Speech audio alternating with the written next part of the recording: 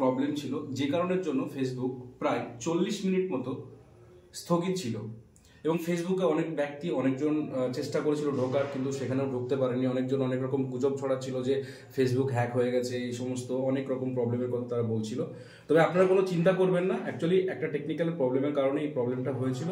এখন আপাতত ফেসবুক মোটামুটি ঠিকঠাক চলছে, তবে হয়তো ঘন্টা 2-3 আর একটু সমস্যা হওয়ার সম্ভাবনা রয়েছে, আবার নাও হতে পারে।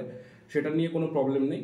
আপনারা কোনো গুজব ছড়াবেন না বা কাউরির কোনো গুজবে আপনারা কান দেবেন না, ওয়েট করুন।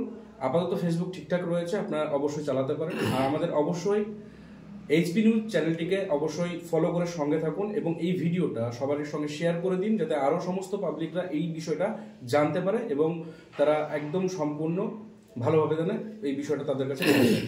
এতটুকুই বলার ছিল। ধন্যবাদ। সবাই ভালো থাকবেন, সুস্থ থাকবেন।